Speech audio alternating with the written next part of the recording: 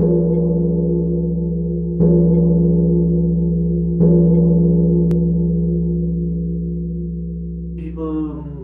이제 진행하는 강의 제목은 윤회를 입증하는 세 가지 증거와 두 가지 논리. 네, 상당히 좀 학술적인 그런 분위기로 앞으로 이야기가 진행될 겁니다. 사실 이제 종교는 기본적으로 그 출발점이 사후론이에요.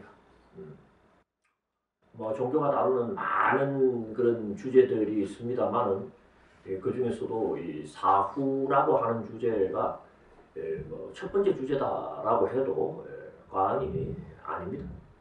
뭐 사실 우리가 불교 잘 모르고 기독교 잘 몰라도 윤회라고 하는 말을 모르는 사람은 없고 천국이라는 말을 모르는 뭐 한국 사람은 없거든요. 그건 기본적으로 불교, 기독교를 알고 모르고를 떠나서 죽은 뒤에 윤회한다더라, 또 뭐 죽은 뒤에 또 천국 가자는 소리 하더라 하는 이야기는 또 다 들어봤다는 것 아니겠습니까? 그게 이제 말하자면은 이 사후론이라고 하는 것이 종교에서 가장 일반적으로 언급되는 주제고, 또 그게 뭐 일반적으로 언급된다라고 하는 게 그것이 출발선상의 주제이기도 하다라는 그런 뜻이기도 하거든요. 그래서 이 종교, 특히 우리 불교도 마찬가지입니다. 그 출발점을 사후론으로 이제 잡는 것은 종교학적인 견지에서 보게 되면 뭐 상당히 그 온당하다고 할 수가 있어요. 물론 이제 죽은 뒤의 세계 내지는 뭐 저승 또는 저세상, 사후 세계 이런 주제를 그렇게 그 달갑게 여기지 않는 사람도 있습니다. 살아있는 동안에는 뭐 사는 것만 열심히 생각해도 버거운데 뭐 죽은 뒤까지 우리가 걱정하면서 살아야 되느냐 뭐 이런 입장을 가진 사람도 있습니다. 그리고 이제 또 그런 입장을 대변하는 듯한 권위 있는 참 철학적 접근도 있습니다. 예컨대 이제 우리가 그 공자의 어록인 논어를 보게 되면은 그 논어의 제 11편 선진편에 그 공자의 제자인 계로라고 하는 인물이 이 사후세계에 대한 질문을 해요.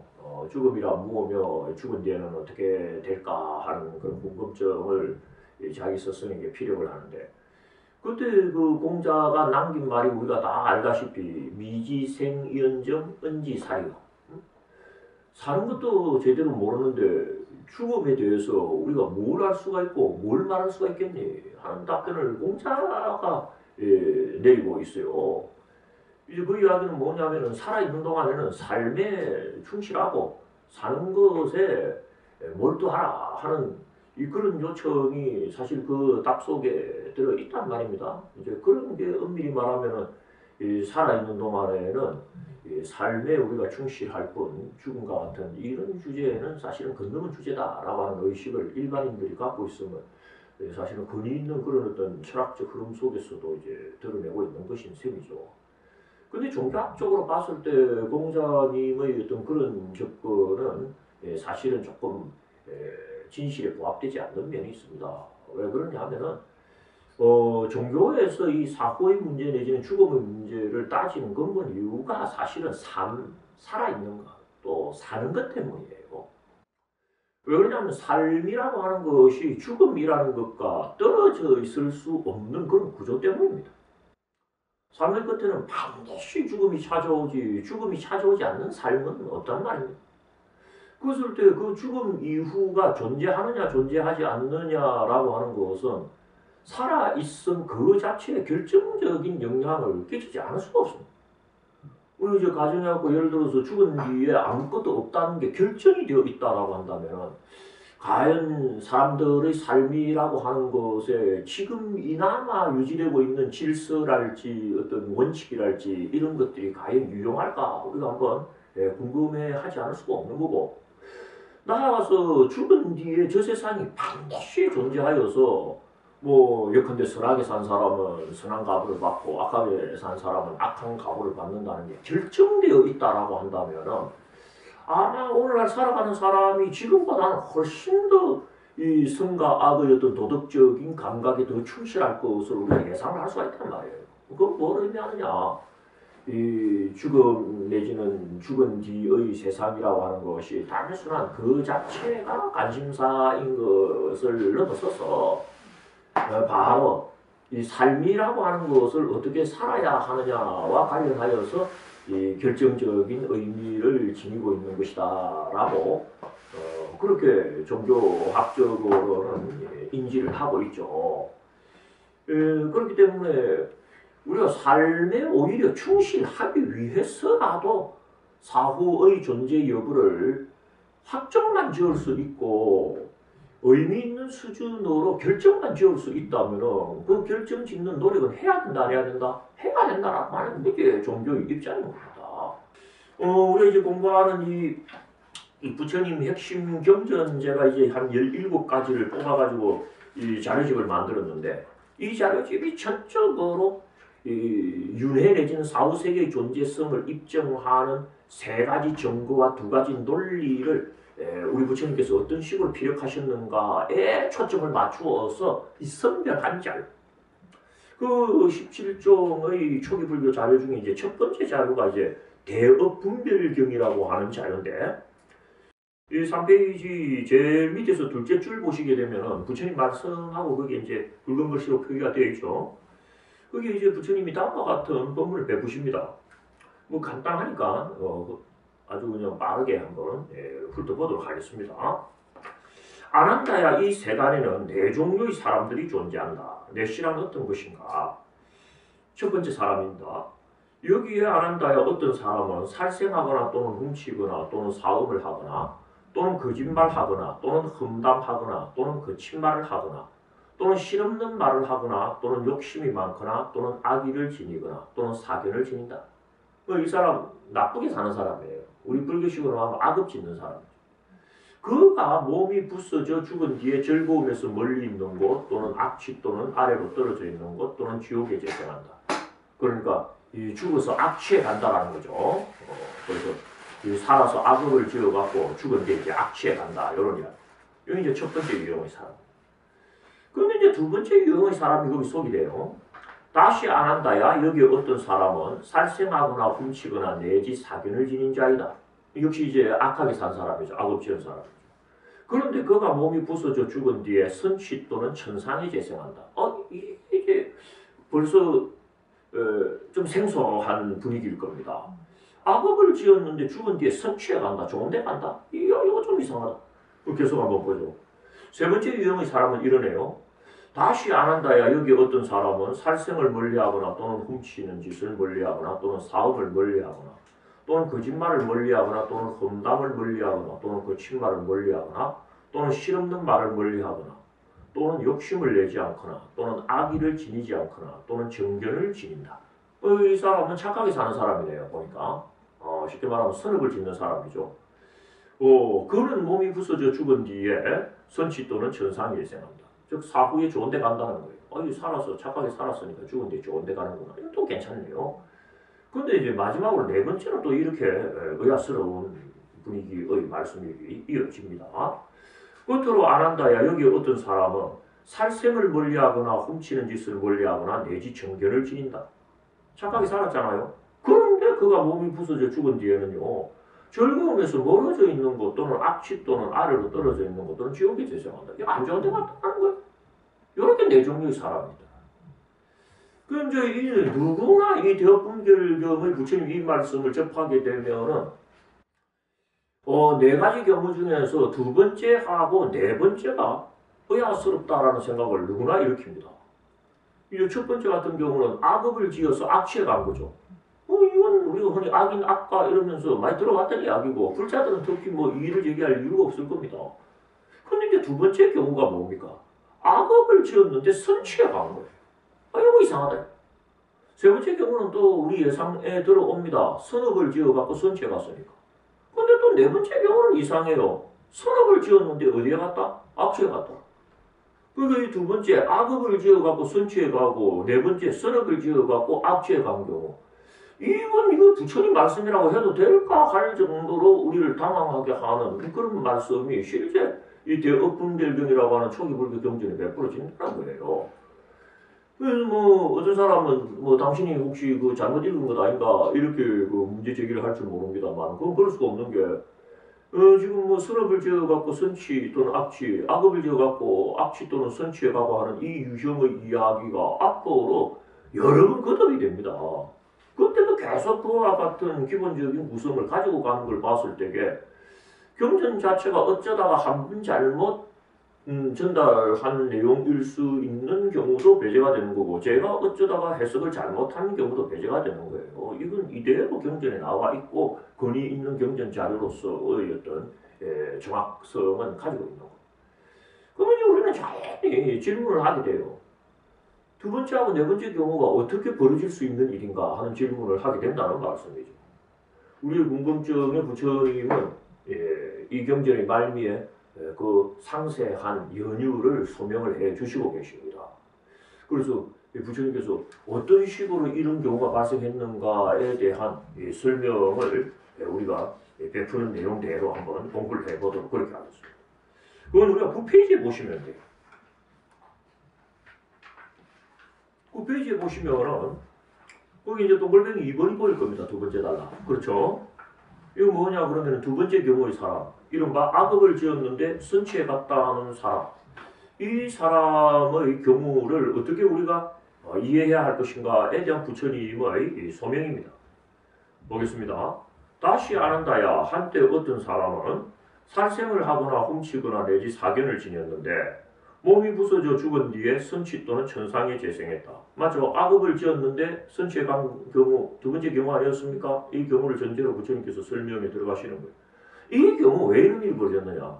그는 그 업 이전에 즐거움을 받게 하는 선한 업을 행했거나 또는 그 뒤에 즐거움을 받게 하는 선한 업을 행했거나. 아시겠죠? 우리가 볼 때는 그 사람이 악업을 지었을 줄 모르지만 우리가 보기 전에 그 사람이 선업을 지었을 경우 또 우리가 본 뒤에 그 사람이 지은 업이 선할 경우에는 그 선업 때문에 얼마든지 다음 생에 선취에 갈 수 있다 없다? 갈 수 있다라는 거예요. 그냥 살 풀리기 시작을 해요. 그리고 또는 죽을 때에 정견을 갖추고 지냈던 자이다. 그것 때문에 그거는 몸이 부서져 죽은 뒤에 선취 또는 천상에 재생한 것이다. 그리고 우리가 보기 전에 지은 선업이 있고 보고 난 뒤에 지은 선업이 있으니까 그것 때문에 어떻다? 죽은 뒤에 얼마든지 선취에 갈 수가 있는 거고 그리고 빠뜨리지 않고 다음 대목을 더 붙입니다. 그러나 그때 살생을 하거나 훔치거나 내지 사견을 지닌 것은 우리가 볼 때 나쁜 짓 했잖아요. 그 나쁜 짓 한 것은 뭐다? 그 생에서 또는 그 이후의 어느 시기에 나쁜 가보를 받게 될 것이다. 그럼 역시 선인선과 악인 악과 연세는 이어집니까? 이어집니까?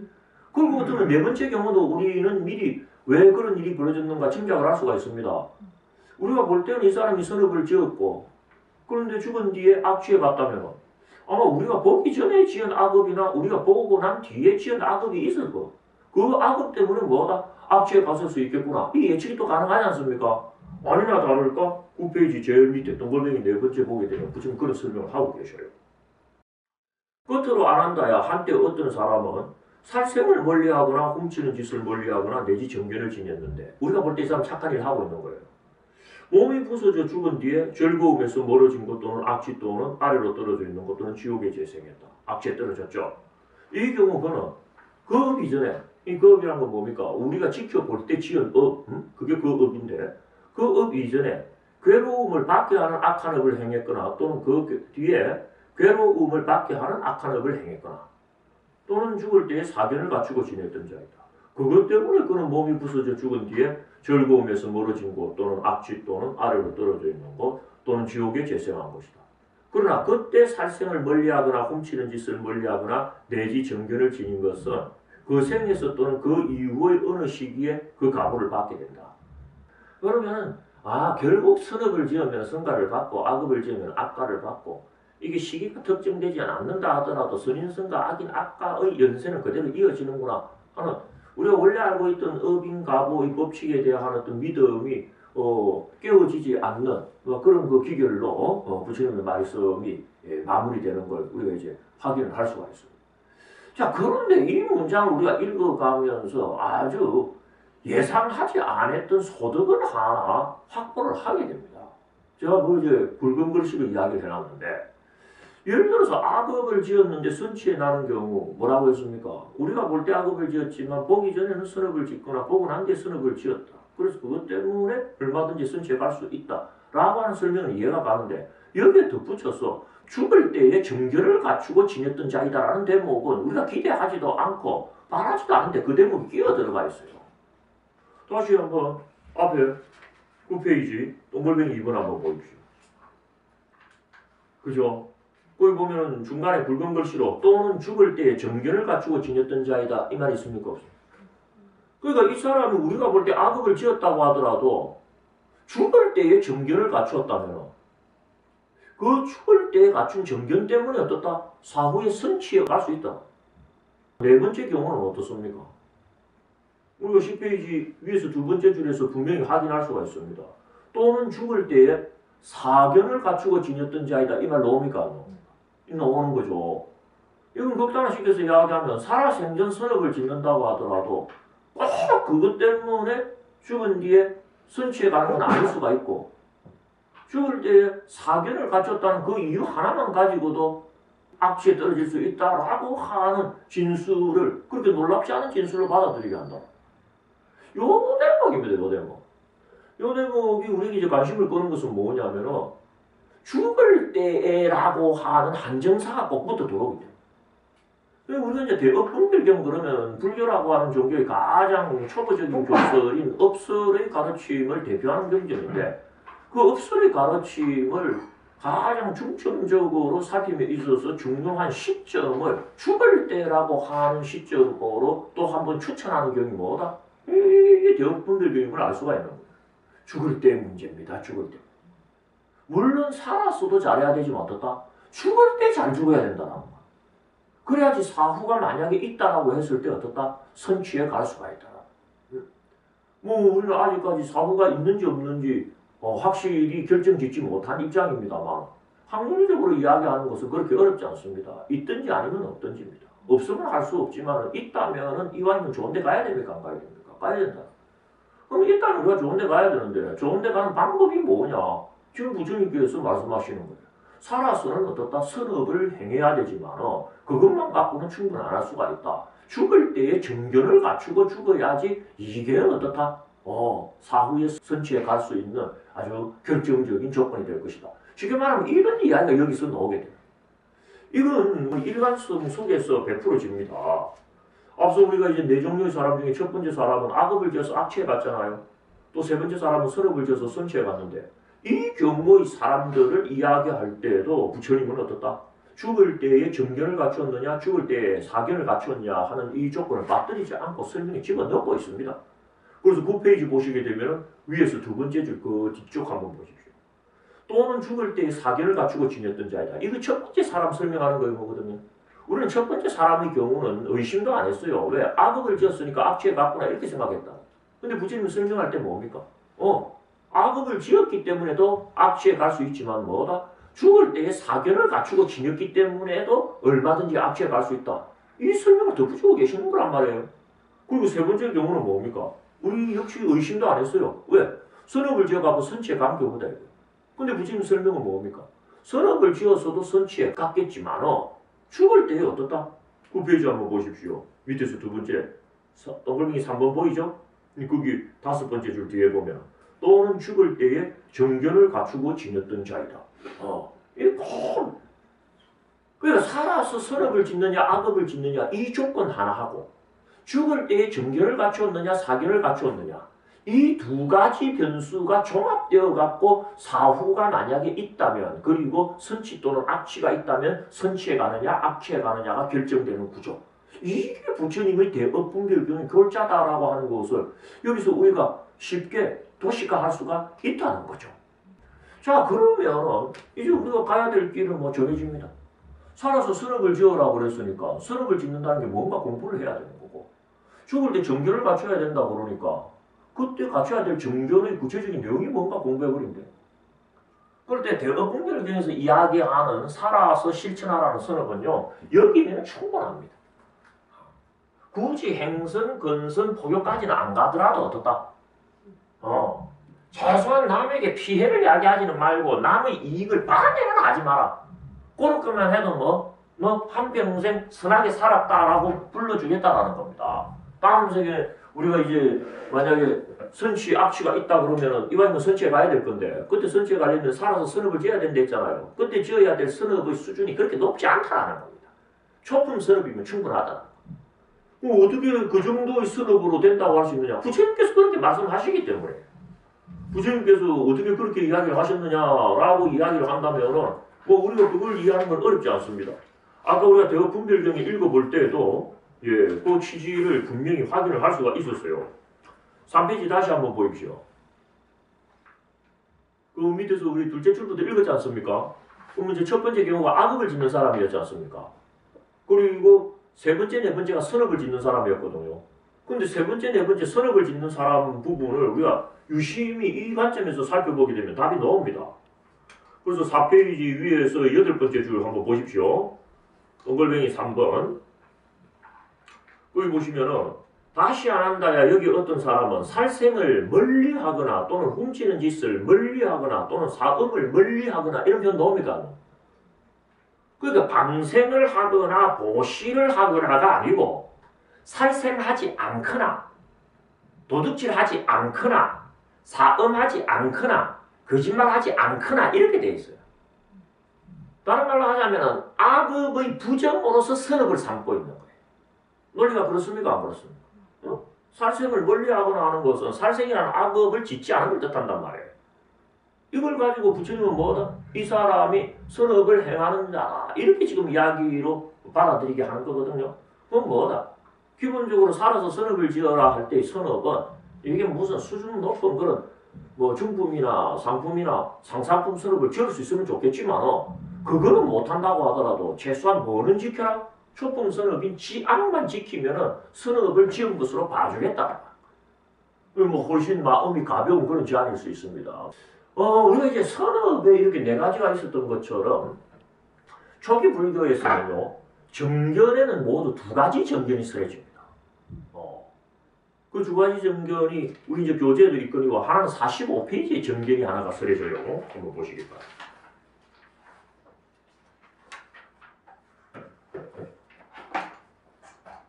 그 45페이지 보시면은 위에서 넷째 단락이죠. 거기 보면은 벗들이여 어떤 것이 정견인가 하는 그런 질문이 있습니까? 벗들이여 괴로움에 대한 암, 괴로움 짓기에 대한 암, 괴로움 멸진에 대한 암, 괴로움 멸진에 이르는 길에 대한 암, 이것을 벗들이여 정견이라고 부릅니다. 여기 이제 정견이 정의되어서 한번 출연하게 되는데 이걸 우리가 죽을 때 갖춰야 될 정견으로 삼기는 조금 어렵습니다. 왜 그러냐면은 이 정견 안에는 괴로움의 멸진에 대한 알미 들어있어요. 그죠? 다시 말해서 괴로움을 모두 멸진한 경지가 터득이 되어야지 갖추어질 수 있는 것이 말하자면 정견인데 초보자들이 무슨 괴로움을 모두 멸진합니까? 그렇게 죽어가야 되는 판국에. 그러니까 이거 뭔가 앞뒤가 맞지 않다는 게 느껴져요. 그래서 또 한 가지 정견이 더 쓰레지는 것이 우리에게 있어서는 관심을 모으게 되는 것이거니와 그게 이제 17페이지에 나오는 정견입니다. 17페이지 보시면은 부처님께서 또 다른 유형의 정견에 대한 설명을 펴시고 계셔요. 어디를 보시느냐 하면은 제일 위에 줄 한번 보십시오. 17페이지. 그럼 동글뱅이 10번 있죠, 그죠? 거기 보면은 또 어떤 사람은 정견을 지녔으니 하는 말 보입니까? 안 보입니까? 정견이란 말이 나온단 말이에요. 뒤바뀐 채로 보지 않는다 그러면서 붉은 글씨로 잡아놨죠. 이게 우리가 필요한 정견이기 때문에 내가 이제 붉은 글씨로 잡아놓은 겁니다. 그리하여 보시를 행함도 있고 희생을 바침도 있고 제사를 지냄도 있다. 잘 지었거나 잘못 지은 업의 가보도 있다. 이 세상도 있고 저 세상도 있다. 어머니도 있고 아버지도 있고 변화 출생하는 유정도 있다. 바로 가고 바로 이르러 이 세상과 저 세상을 스스로 잘 알고 똑똑히 보아 가르치는 그런 사문바라문이 세간에 있다라고 보면 정견이다라는 거예요. 그래서 이제 우리가 아까 45페이지에 만난 정견은 교리적으로 이야기하면 사제설의 정견입니다. 그에 비하여 지금 우리가 이제 17페이지에서 만나는 이 정견은 십업설 차원의 정견이에요. 그럴 때 우리 부처님께서 살아서 선업을 실천하고 죽을 때 정견을 확보하라 할 때의 정견이 사제설 차원의 정견은 아닐 거예요. 당연히 대업분별경이라는 업설 관련 경전 속에서 부처님이 제안하신 이 정견인 이상에는 같은 업 관련 정견의 내용이 부합이 될 거란 말이에요. 그럴 때 이 17페이지 나오는 정견이 무슨 정견입니까? 10업설 중에서 선업의 뜻으로 짓는 선업 세 가지 중에서 마지막 선업이 정견입니다. 우리가 흔히 뜻으로 짓는 세 가지 선업 무탐, 무진, 무치 그럴 때에 무치를 초기불교 팔려 경전에서는 늘 정견이라고 표현하거니와 이건 업설 차원의 이야기거든요. 이게 해당 사항입니다. 그런데 이제 그게 뭐 업설 차원이고 저쪽은 사제설 차원이니까 지금 뭐 어차피 대업 분별경에서 죽을 때 정견을 확보하라고 한 거기 때문에 그 정견은 이 업설 차원의 정견에 해당 사항이 있겠다라고 하는 것을 우리가 이해가 가는데 정작 이 업설 차원의 정견을 우리가 방금 읽어봤지만 이게 무슨 소리를 하는 건지 난삽하다라는 거예요. 응? 다시 한번 우리가 17페이지 보십시오. 또 어떤 사람은 정견을 지녔으니 뒤바뀐 채로 보지 않는 데 나눠놓고 모시를 행함도 있고 희생을 바침도 있고 제사를 지냄도 있다. 잘 지었거나 잘못 지은 업의 가보도 있다. 이 세상도 있고 저 세상도 있다. 어머니도 있고 아버지도 있고 변화 출생하는 유정도 있다. 이런 식으로 무슨 소리를 하는 건지 그렇게 선명하게 확 들어오지는 않는다라는 거예요. 이러면 안 되거든요. 이게 무슨 말을 하는지 우리에게 확 들어와야 된단 말이에요. 그래서 이제 이 업설 차원의 정견이 어떤 의미를 우리에게 주고자 하는 말씀인가를 그래도 좀 쉽게 알 수 있게 하는 경전적인 장치가 하나 더 있습니다. 정견의 반대말인 사견 설명을 보면 좋아요. 그 정견의 반대말인 사견 설명이 어디에 나오느냐 하면은 13페이지에 나옵니다. 그 13페이지 이제 제 밑에서 8째 줄 보게 되면은 거기도 동글뱅이 10번 보이죠? 이건 이제 10악업에서 뜻으로 짓는 세 가지 악업의 마지막이 사견이란 말입니다. 그래서 이제 사견 설명을 해요. 그럼 뭐라고 설명하느냐? 또 그 자는 사견을 지니었으니 뒤바뀐 채로 보는 자이다. 그래야 모시를 행함도 없고 희생을 바침도 없고 제사를 지냄도 없다. 잘 지었거나 잘못 지은 업의 가보도 없다. 이 세상도 없고 저 세상도 없다. 어머니도 없고 아버지도 없고 변화 출생하는 유정도 없다. 바로 가고 바로 이르러 이 세상과 저 세상을 스스로 잘 알고 똑똑히 보아 가르치는 그런 사문바람문이 세간에는 없다라고 보면 사견이다. 그럼 아까 우리가 살폈던 17페이지의 정견과 지금 23페이지에 나오는 이 사견을 딱 대비해 보면 선명한 그런 어떤 분별 지점이 나타나게 됩니다. 주어는 똑같은데 서술어만 차이가 나고 그 서술어는 있다 없다로 차이 난다. 그러니까 정견은 뭐다? 이것도 있고 저것도 있고 뭐도 있고 뭐도 있고 뭐도 있다라고 보는 게 정견인데 비해서 사견은 뭐다? 이것도 없고 저것도 없고 뭐도 없고 뭐도 없고 뭐도 없다라고 보는 게 사견이다. 지금 이렇게 지금 나와 있다. 그러면 도대체 그 앞에 있다 없다의 서술어로 마무리 지어지는 주어의 내용은 동일한데 그 주어의 내용이 뭔가를 우리가 조금 더 심층적으로 인수분해해 보면 결론이 나는데 그게 뭐냐면 저 세상입니다. 사후세계입니다. 일단 그 13페이지만 보더라도 그렇죠. 모시를 행함도 없고 희생을 바침도 없고 제사를 지냄도 없고 잘 지었거나 잘못 지은 업의 가보도 없다 다음에 이 세상도 없고 그 다음에 어떤 말이 나타납니까? 저 세상도 없다라는 말이 나타나요. 그리고 어머니도 없고 아버지도 없고 변화 출생하는 유정도 없고 바로 가고 바로 이르러 그 다음에도 어떤 말이 나타납니까? 이 세상과 저 세상을 스스로 잘 알고 똑똑히 보아 가르치는 그런 사문바람문이 세간에는 없다라고 이야기하면서 저 세상이라는 표현이 구체적으로 두 번이나 나타납니다.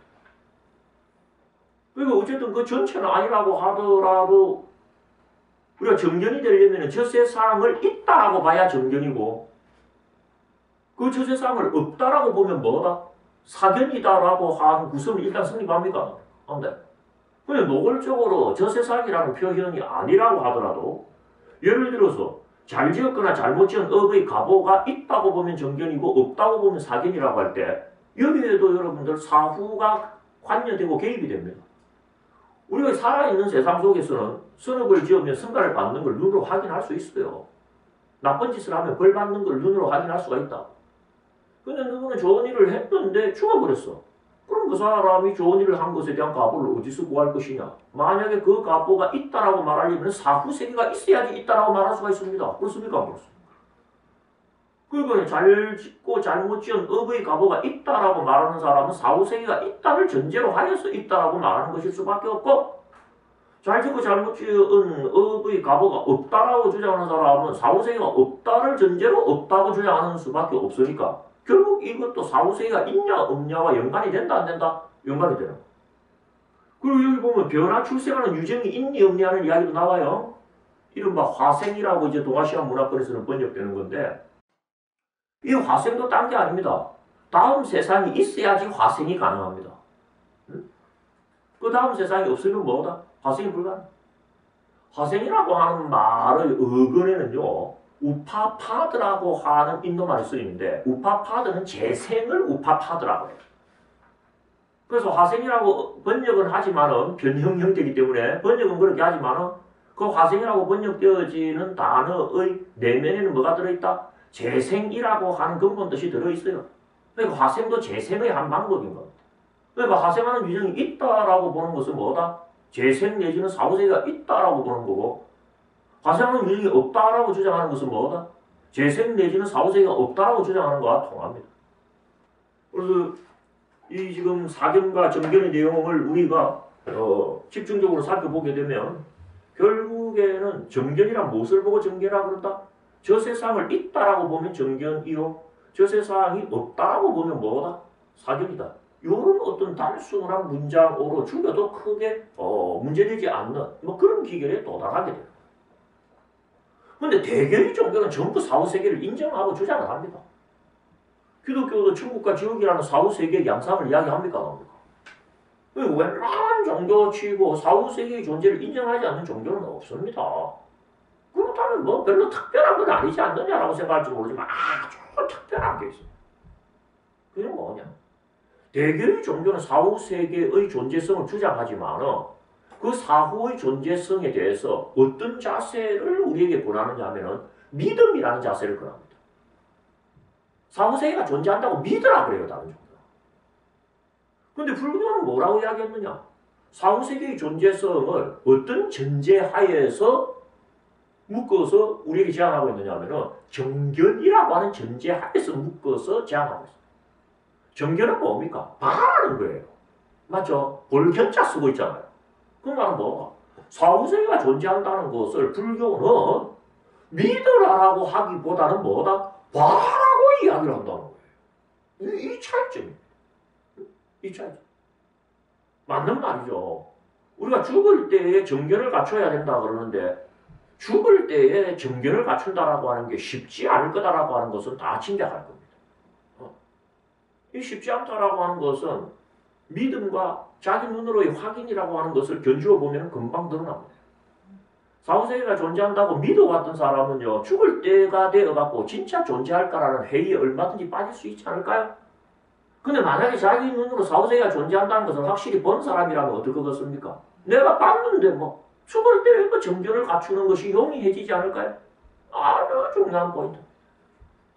가능만 하다면 봐야 돼. 그래야지 죽을 때 정견을 갖춘다라고 하는 말이 단순한 제안이 아니고 이게 실제로 가능한 제안이 될 수가 있고 실제로 벌어질 수 있는 일에 대한 제안이 될 수가 있고 불교는 사후세계가 존재한다는 것을 바라고 하는 종교다라고 하는 이 특이점 내지는 특별한 면을 각별하게 강조하면서 나는 이 첫 시간을 마무리해도 되지 않을까 그렇게 생각합니다. 그럼 둘째 시간에 이른바 정견의 내용이 사후세계의 존재함을 보아라고 이야기하는 것이라고 한다면 과연 사후세계의 존재함을 우리가 현실 세상 속에서 볼 수 있기는 있는 것인지 하는 문제가 뒤따라옵니까? 볼 수만 있다면 확실하지. 죽을 때가 아니라 죽은 뒤에라도 있다는 것을 우리가 확실히 갖고 갈 수 있지만 볼 수가 없다면 이건 다 빈말이 될 수 있는 것 아니냐. 근데 부처님께서 빈말하시는 분은 아닐 거란 말이에요. 그래서 아주 흥미로운 논의의 지점이 오늘 우리 결론으로 하나 확보를 한 거다 그렇게 생각합니다. 그래서 둘째 시간에는 사후세계의 존재함을 보라고 하는 부처님 말씀의 진의가 무엇이며 진짜 볼 수는 있는 것인지 그 가능성에 대해서 본격적으로 한번 살펴 들어가는 시간 가지도록 그렇게 하겠습니다. 첫 시간은 이 정도 마무리 짓도록 하겠습니다.